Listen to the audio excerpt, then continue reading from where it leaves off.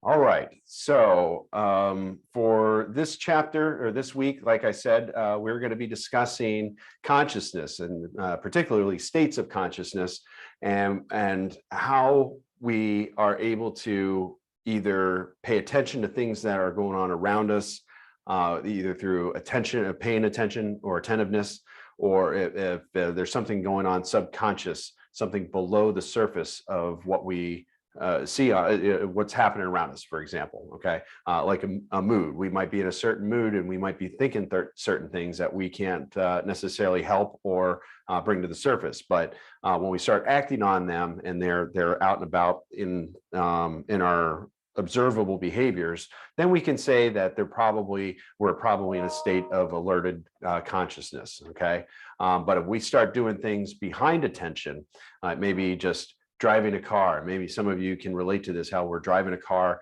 and just kind of listening to the radio on a straight highway, and maybe 10 minutes has passed by and we don't even realize it, right? That's kind of less of an alertness. So we have different stages of consciousness that we can exist in at any given time, and we're going to go through some of those today. Okay, so I'm going to share my screen with you so you can follow along with the presentation, with my lecture here, and feel free to chime in and ask questions as I go along here. Okay, so through this lesson, through the two lectures that I'm going to be providing this week, we're going to talk about consciousness. What are the definitions? Where do they come from? How do we observe them and be able to label them in certain terminology, right? We're going to explore the dual process and two-track mind. We're going to look at biological rhythms. How do we get into some of these rhythms as far as sleep cycles? What makes us tired and drowsy to the point where we can get to a point of relaxation and fall asleep, which would be our next two topics are what kind of sleep we get, what kind of phases and stages do we go into, and what do they mean? What are the purposes of those as far as we know? And then lastly, what we'll talk about are sleep disorders, things that happen that we either may or may not be aware of us that affect our sleep, right?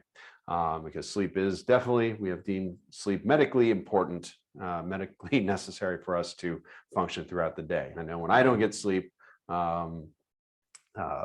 things tend to not go so well for me sometimes. So we got a little bit of a pop quiz here, and you can either respond in text or give me a thumbs up, or just even shout out the answer, which is fine. But kind of like a fact or myth here, pop quiz, right? No grade for this one. This is just to kind of get your creative juices thinking and critical minds activated so we can prepare ourselves for the upcoming lecture, things that I'm going to be talking about. All right, so by first question for you, or first statement, you can tell me whether it's true or false, or yes or no, or however you want to respond. By observing our brain activity, researchers can tell which of 10 similar objects, hammer, drill, etc., we are viewing. What do you think? True or false?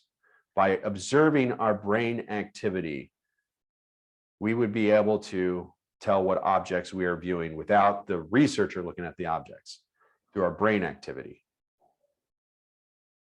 Okay, not getting a whole lot of responses.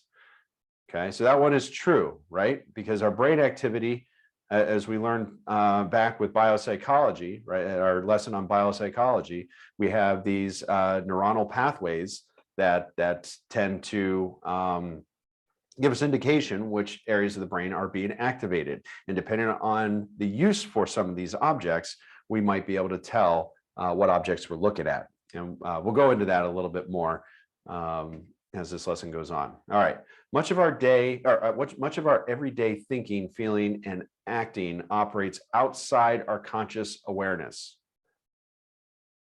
What do you think? True. Okay, true. Anybody think false?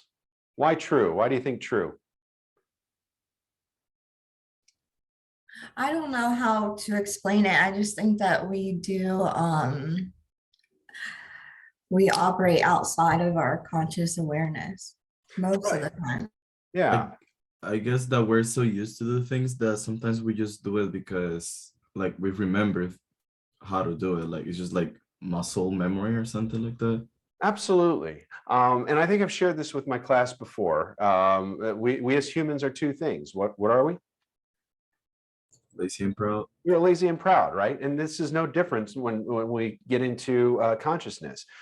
We like things to be orderly. We like things to be in routine. And when they break those routines, that's when it causes a little bit more stress in our lives. And we have to react to that by putting something back in balance. So very much similar to our thinking and feeling. So we tend to get into these automatic thought patterns, and it just runs. I mean, has anybody ever watched like CNN or Fox News or BBC or something, or maybe even I think in your area WNEP? They always have that news ticker going across the bottom of that screen, right? So we may be paying attention to what that person is saying. We're focused on everything they're talking about, and maybe even showing pictures or interviewing somebody or showing a chart of something, but we're focused on what's going on that big screen. But at the bottom of that is this constant ticker of information that's going by. And I kind of relate that to what our thoughts are.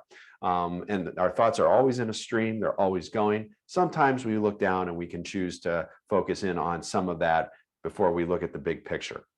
So much of our everyday thinking and feeling acts very similar to that ticker. It just goes. We don't have to make it go. We don't have to conjure up thoughts. They're just always there. So in that respect, we'll talk a lot about this a little bit later. But in that respect, in that context, we would say that is true. That is a fact. Okay. Okay. Allowed to sleep unhindered. Most adults will sleep at least 9 hours a night. What do you think? True or false? I don't think so. You don't think so? No, because while you grow, you sleep less. That's like if you get older, you get less sleep because your body doesn't need like that much sleep anymore. Okay. And there's a lot of truth to that. As we grow older, 50% of our time sleeping when we are first born is devoted to REM sleep, or rapid eye movement, which we'll talk about here in a little bit. As we get older, that number exponentially decreases to the point where we actually need very little REM sleep. We still need it, but we don't need nearly as much as we did when we're born. Now, this one, I'm not really happy with the answer because it does say true. And I think that it's a little misleading to assume that on average that most adults will sleep at least 9 hours a night. We don't know. Everybody sleeps a little bit differently. For the most part, I think we've put on average, people tend to sleep about 8 hours a night. I know from my personal experience, I can sleep way less than that and still feel refreshed in the morning.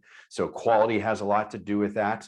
If somebody, for example, is in bed for 9 hours a night, but they're up and down because of bladder issues, because of leg pain or arm pain or shoulder pain, or maybe even some depression and anxiety, some thoughts that the invasive thoughts that are causing them to not remain in a restful state, that 9 hours means very little. So it really has to do with the quality of the sleep that we're getting. But we do know on average, the average human sleeps, has a tendency to sleep about 8-9 hours if they're able to. And it says unhindered. So anyway, a little bit of a controversy with that one there, but I think I think you all get the idea of what we're trying to ask here. All right, the next one. People who sleep 7 to 8 hours a night tend to outlive those who are chronically sleep deprived.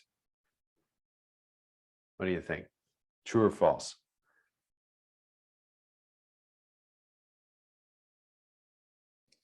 True.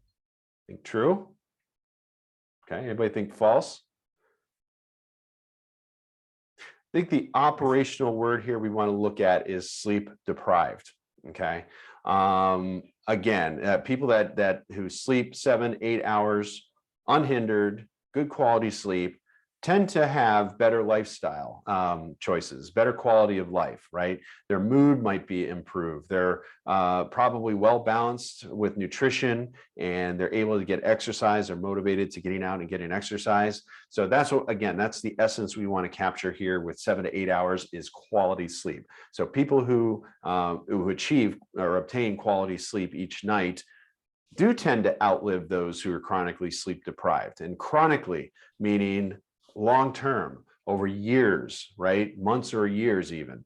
So somebody that is not getting the quality sleep they want might be lethargic. They might not do well in their relationships. They might not do well because they're irritable. They might not do well in their jobs. A lot of things can happen for people that are sleep deprived. On the whole, that would be true, okay? But again, I want to steer away from the 7 to 8 hours because, yeah, on average, but again, it comes down to quality sleep and not just laying in bed, okay? All right, last one. See how you do on this one. Most common dreams are those with sexual imagery. True or false, do you think?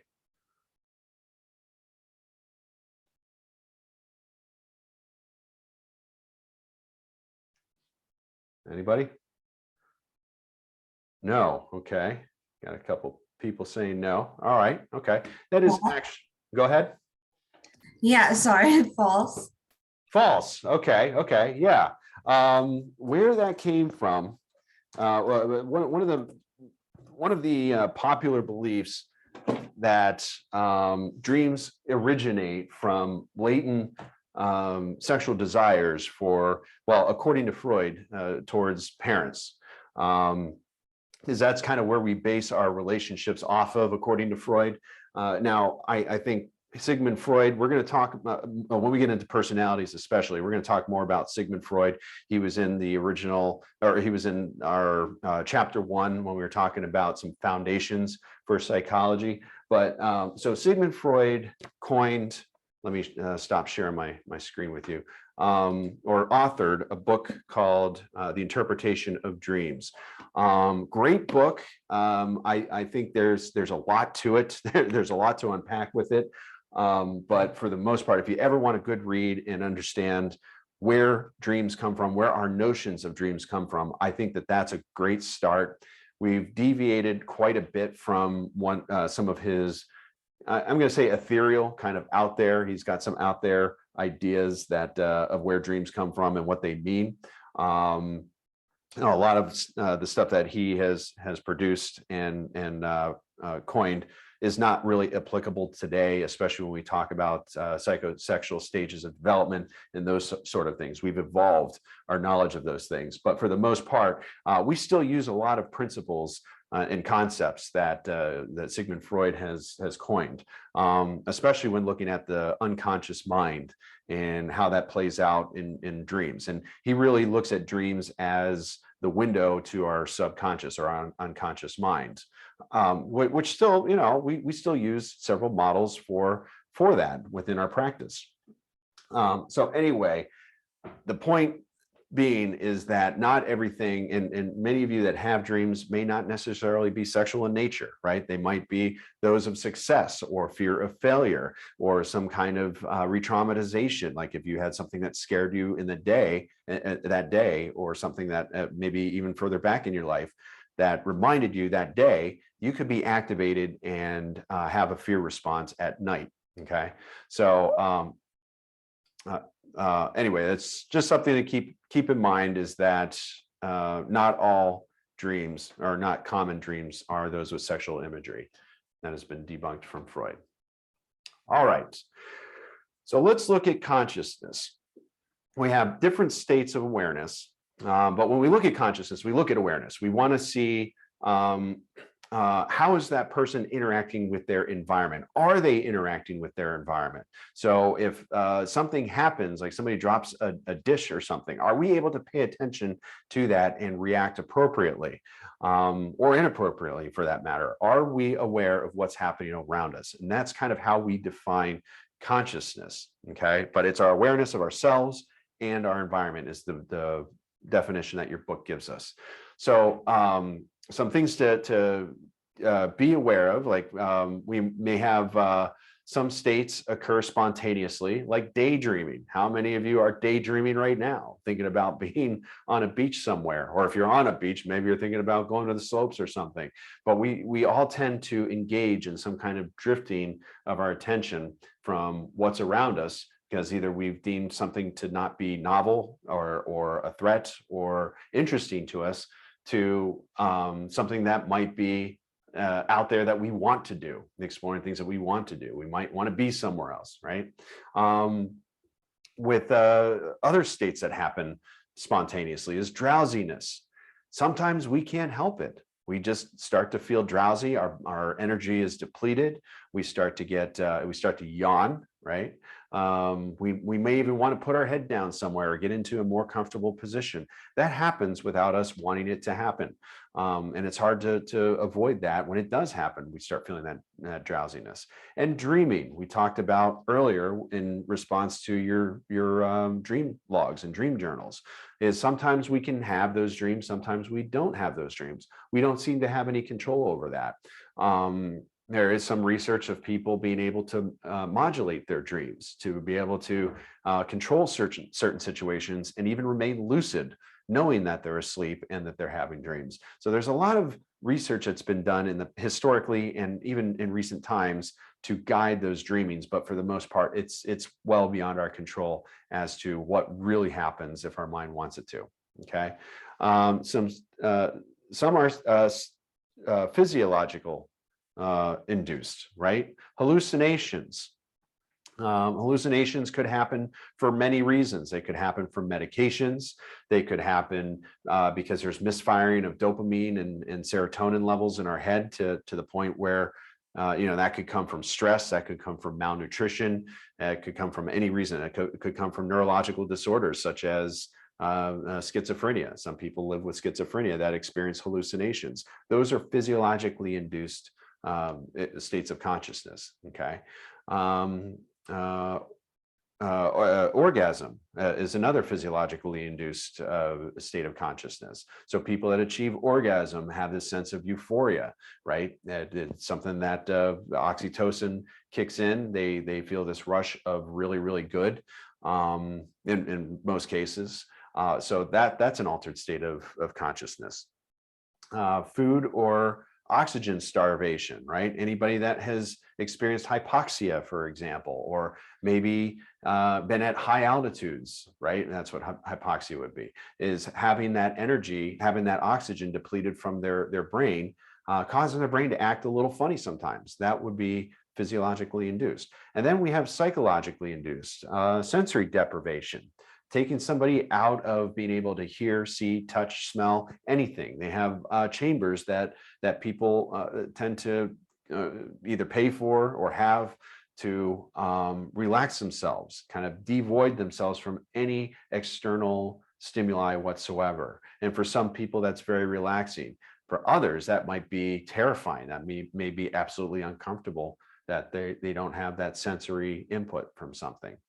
Another psychologically induced situation would be hypnosis. We'll talk about this a little bit later in the chapter. Some of you may believe hypnosis exists, some of you may not. And there's a reason why it might be effective for people that believe it works and people that don't. And then, of course, meditation. Many of you are probably very familiar with ways of controlling our physiological senses in order to reduce any kind of psychological discomfort.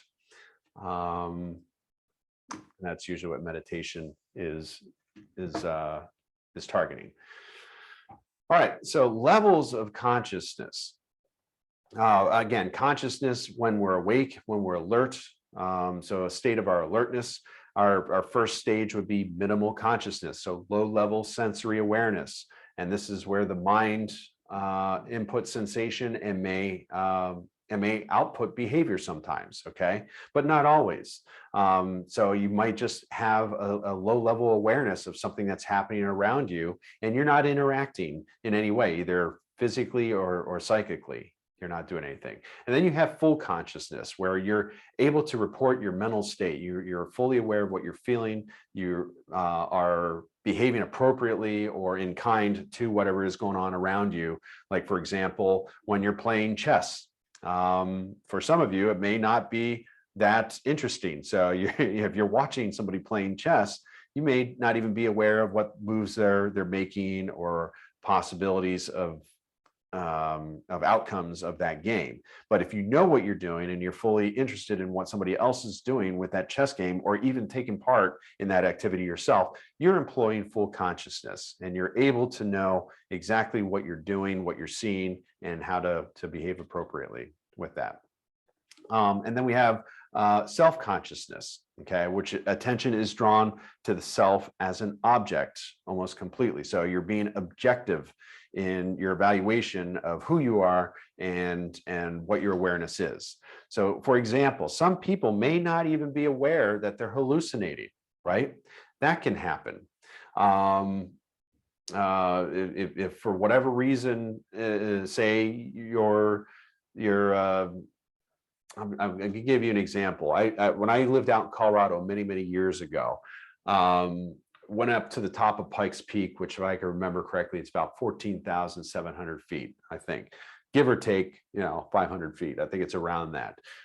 For those of you that want to fact check me, feel free to put that in the chat window. So that way I tell this again, I can tell exactly how many feet Pikes Peak is. But anyway, my partner and I got to the top of Pikes Peak, and we were racing down the hill and really got winded getting down to the bottom of the hill. When we got down to the car, I realized that I was lightheaded, and I was laughing hysterically at things that weren't necessarily funny. And it was then I realized that I was not aware of the lack of oxygen that was in that my brain was enduring, which created it could have been a problem, right? If we're not aware that our senses are degraded, or we're hallucinating and making up things in terms of reality that aren't there, then that could be a problem. And that's usually what we see with like more serious cases, acute cases of schizophrenia, right? Does anybody know anybody that has had schizophrenia that presented with either auditory or visual hallucinations?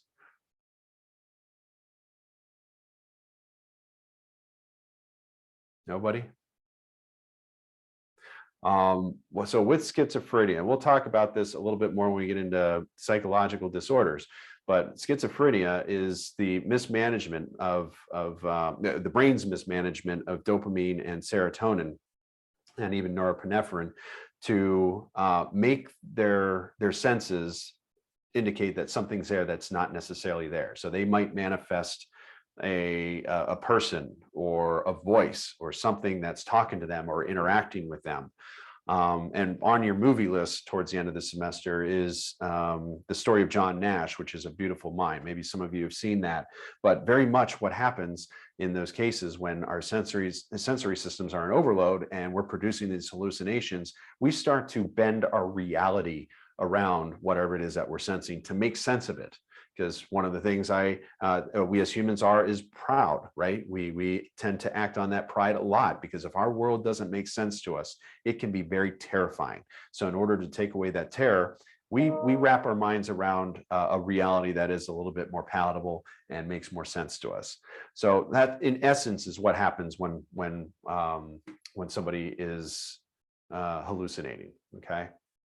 So properties of consciousness. So what are some things, what are some properties that we look at when we want to see alertness, right? We want to see intentionality. Is it intentional? Are we paying attention to something, or are we just kind of letting it flee by like a thought, right? We look at unity. Consciousness resists being divided, right? So it's got to be about something specific. And we also have to look at consciousness as not being divided, right? If we're paying attention to something, it doesn't make sense to split it off into different factions. It makes sense to focus on it in its entirety and observe the qualities of that. Selectivity, the capacity of consciousness to include some things, but not others, right? So we see that with sleight of hand a lot. People that engage in magic tricks, right? We tend to focus on one thing that's happening in front of us because we have deemed that that is more, and when we get into selective attention, we'll talk more about that, but we are choosing to pay attention to one thing and not others. Sometimes that proves to be very difficult, especially if physiological senses kick in, right? For example, if we're up giving a presentation in front of our classmates and we're standing in front of them and we're trying to focus on what we're talking about, and then all of a sudden the fear kicks in. We see somebody that might be disruptive, or somebody might be looking down or pointing at us and laughing. Where does our consciousness go? Where does our attention go? The person laughing. Right, right. And what does that do? I mean, we're putting so much energy on staying organizing and minding our gestures and our body language and the rate and tone of our voice and making sure we're not using ums and ahs. That tends to go to the side. Now we're distracted, and our alertness, our awareness is on something other than what is really being required for us in that high demand situation. So selectivity as a property of consciousness is very much that, our capacity of our conscious to include some things but not others, and maintain that high load activity as opposed to drifting to something else that now becomes that high load. Okay. And transience. Consciousness has a tendency to change its focus, similar to what we were talking about. Being able to look at other aspects. If we deem something to not be worth our selective attention at some point, can we just trust that that object or that event is going to exist and not harm us or not need our attention anymore, and then move on to something else? Okay, but transience is the selectivity and the ability to change focus from one thing to another. All right, within our examination of consciousness, we look at two processes. We look at dual process and the two-track mind. Dual process is information is simultaneously processed on separate conscious and unconscious levels. I like the example of the Rubik's Cube here. I'm what some people would consider a cuber. I love the Rubik's Cube. It's kind of, many of you maybe grew up, how many of you grew up with fidget spinners? How many of you have ever had a fidget spinner that you used? I grew up with both, and I actually know how to solve the Rubik's Cube. You have a Rubik's Cube too? Yeah, I know how to solve it. Okay, okay. Yeah, I do too. And I kind of use the Rubik's Cube as my fidget spinner. So sometimes when I'm sitting there, it helps, it both distracts me and it helps me focus because it gets my problem solving part of my brain activated when sometimes I need it to wake up. But that's an example of dual processing. So something that I can do pretty much in my sleep, but it looks like it takes a lot of processing to do. But that's happening both on the conscious and the unconscious levels. The two-track mind looks at serial conscious processing, solving a problem that takes attention. So for example, driving and texting. This would be a big argument for the two-track mind with driving and texting. Is it safe to drive and text? No. Head shaking. Why not? Because you lose focus of something that you need to put like almost 100% of your energy and attention to. Right, right. Anything that takes away from driving a 2-ton vehicle at incredibly high rates of speed at 60, 70 miles an hour, I think, in my humble opinion, is worth 100% of my attention, or at least 99.9% of it, right? Whatever I can give to keeping that vehicle safe on the road, to me, that's a no-brainer. Now, when we start doing things like eating hamburgers and trying to change the song on our iPod or something like that, those are distractions. Those are things that take, might take about 5, 6, maybe in some cases 10% of our attention off the road, which anything could happen. If we're not a 100% focus, that means if something happens in that span of that 5 to 10%, then that could be catastrophic for us and the other party involved. Now, when we look at having communication with somebody, not only just talking with somebody, I mean, talking with somebody requires a high degree of attention and a high degree of energy. And if we engage in that conversation, that again, that's taking our focus off the road. Now imagine taking your eyes and having that communication, absorbing that communication, and typing on a little screen. All right.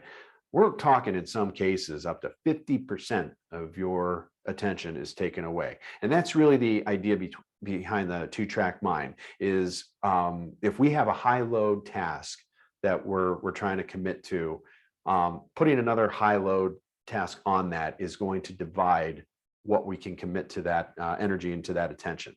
So that's really the difference. So dual processing is doing something automatically that our mind is subconsciously doing. And we kind of look at driving as a dual process, right? Yeah, it requires attention, but we can kind of just zone out sometimes. That might be the tendency. People might tend to zone out and just drive automatically, almost on autopilot. And 10 miles go by and you don't even realize that there are hamburger signs or advertising day spa or something on the side of the road, right? We just tend to get in that automatic thinking. All right. So that's pretty much, I'm going to move off of dual processing and two-track mind. So paying attention. Selective attention. We alluded to this a little bit earlier, but the focusing of conscious awareness on a particular stimulus. So this is where we, again, it could be on driving, it could be on focusing on somebody in particular that you want to pay attention to. Try this. Next time, in fact, part of our activity today I might want to do is seeing how we divide our attention. Being able to either pick up the world around us and split that attention into tiny little manageable chunks, or being able to focus on one person at any given time. It requires our attention to be selective because our minds are not built to absorb everything around us. We're very limited in our capacity of what we can and cannot look at. And it's very self-serving. So it's things that we intentionally want to be interested in, or things that serve us in that environment. I use this example a lot with my students that walk into the classroom and ask, without looking up, how many tiles are on the ceiling? And you know how many people can give me a right answer on that? None. Absolutely. I don't think I've had one person come in and tell me, oh, there are 33 tiles on the ceiling. It's because they didn't look. They didn't need to.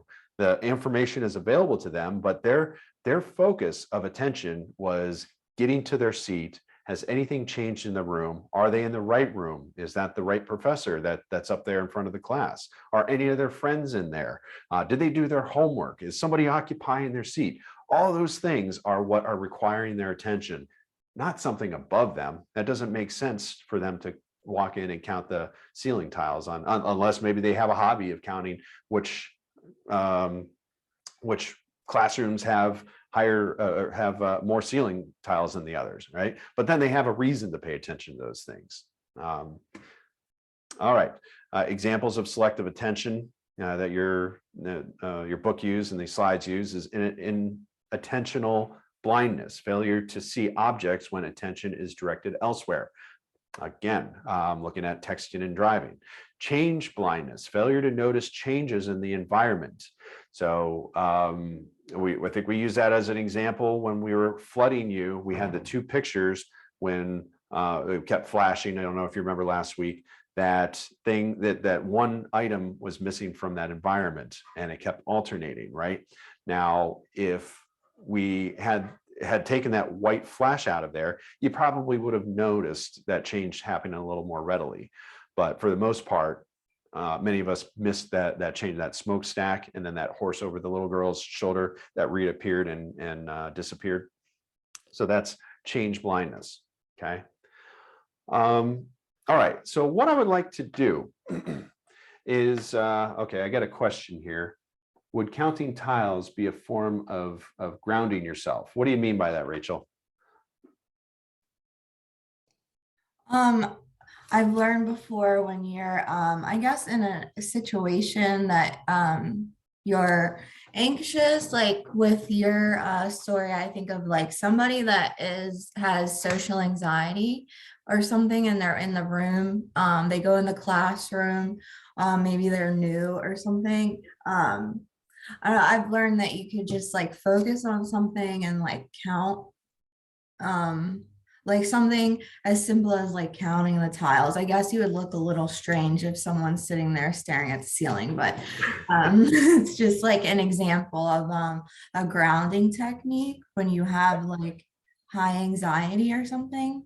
I've Okay. heard that before and I didn't know. Well, yeah, I have. And in fact, I think we all employ these different strategies for reducing anxiety. And I think I've heard like people that get into public speaking, get up on the stage and what is it? They imagine everybody else being in their underwear, being naked or something like that. That never worked for me, by the way. But I've heard that. And what those are, what these little tricks are. And when we talk about stress and anxiety, and we'll get into this when we talk about emotions and stress and motivation a little bit later in the course. But stress and anxiety, does that take a lot of energy or a little bit of energy to endure that? A lot. For me, it takes a lot. For everybody, pretty much everybody, it takes a lot. We're not designed to be on alert 24/7, 7 days a week, 31 days a month. Our bodies are not designed for that. We're designed to have an equilibrium. We're designed to have balance. So when we encounter something that's stressful for us, our first motivation is to not let that be stressful anymore. Get back to a place where we can breathe normally, where our heart rate is at a decent restful rate. Our muscles aren't tense. Our immune, because when we endure those long periods of stress, our energy gets depleted. Our immune system becomes negatively impacted. So all these bad things happen if we aren't able to get back to some kind of equilibrium, some kind of stasis.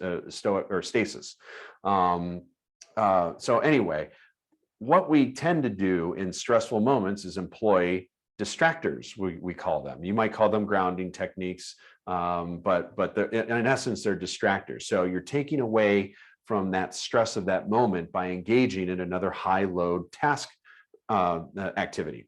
So it might be counting. It's difficult to really focus on counting when it's difficult to focus on anything when you're counting, right? In fact, that's part of our activity today. So what I'm going to do today is I'm going to break you off into groups and I'm going to give you the instructions. So pay attention here. I'm going to let's see how many people we have. I'm going to break you off into groups of 3 or 4. Okay.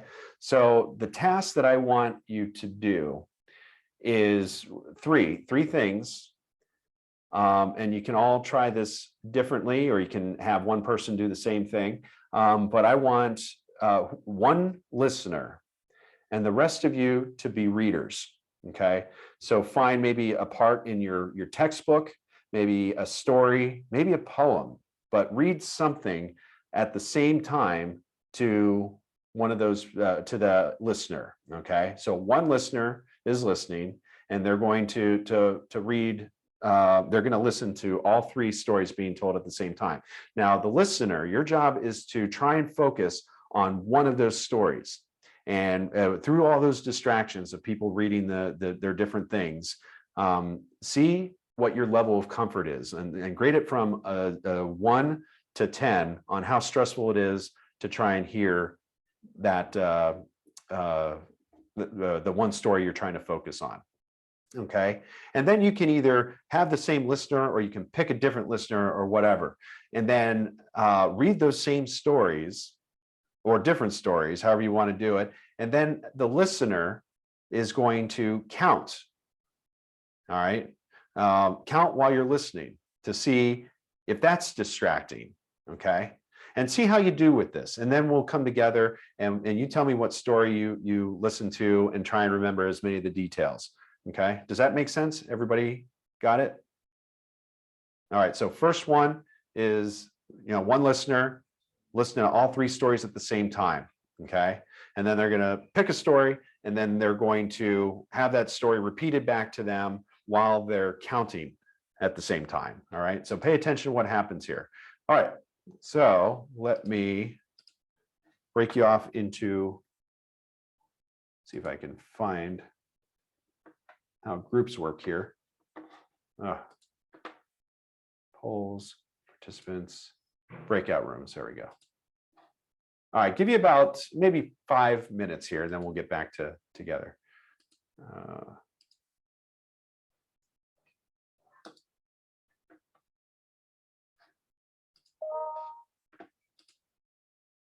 Okay, all right, we should have everybody back now. So what did y'all find? How was this a difficult task as a listener? Interested in.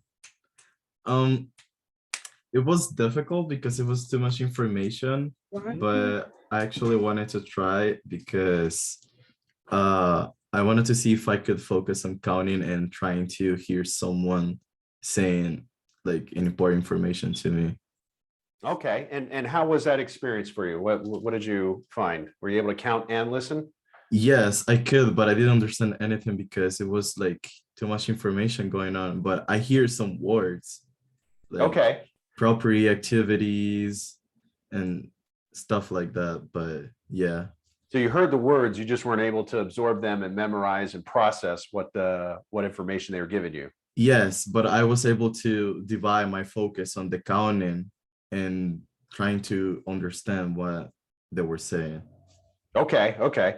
And I believe I have for I think in one of the resources, I think I have, I'm going to look and see if I do have that. But how our attention, our selective attention is divided in that way. Like if we're focused on one task, we can have something completely obvious to most other people happen right in front of us and not be aware of that. So that's kind of the danger in doing these high level tasks. Did anybody do both, count and listen to multiple stories at once? I did. Okay, which one was the harder of those two tasks? Listening to all the stories at once, or counting and listening to a story and trying to absorb it? So, I started off with like just listening, and then I went on the counting next. And I felt like when I did counting, I was more mentally prepared for like the amount of like it was like chaos. So, um, I feel like I did better when I was counting as well, since I was like mentally prepared for what I was doing. I think it was Okay. just the order of how I did it. Okay, okay. Because that's hard to not do. It's hard to try and separate yourself from listening to multiple things that are going on at the same time, right? At least when we're counting, we have somewhat of a little bit of control with that. Did anybody else find that? Was there any, did they find one was more difficult than the other? Or was it similar to what Michael had described, being able to probably pick up more listening to multiple stories as opposed to counting? For me, I think I got it used to the chaos, and counting was actually kind of helping me to focus more on the stories. I don't know why. Okay, all right.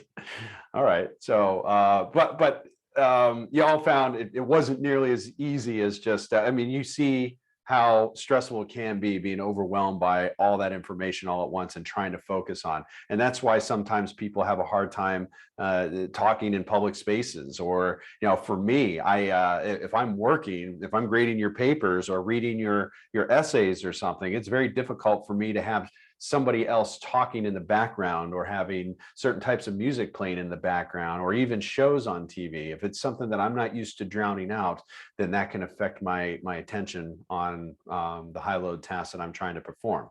So just something for you to kind of take away from here today is, you know, what kind of distractors do you have? What kind of things keep you from being able to perform your best in something that you want to be your best in? I know many of you come from families. You got kids at home or other maybe siblings or things going on in your background that might take your attention away from studying, right? Because that takes a lot. If we're trying to commit something to memory, doesn't that take a lot of mental energy to try and do that?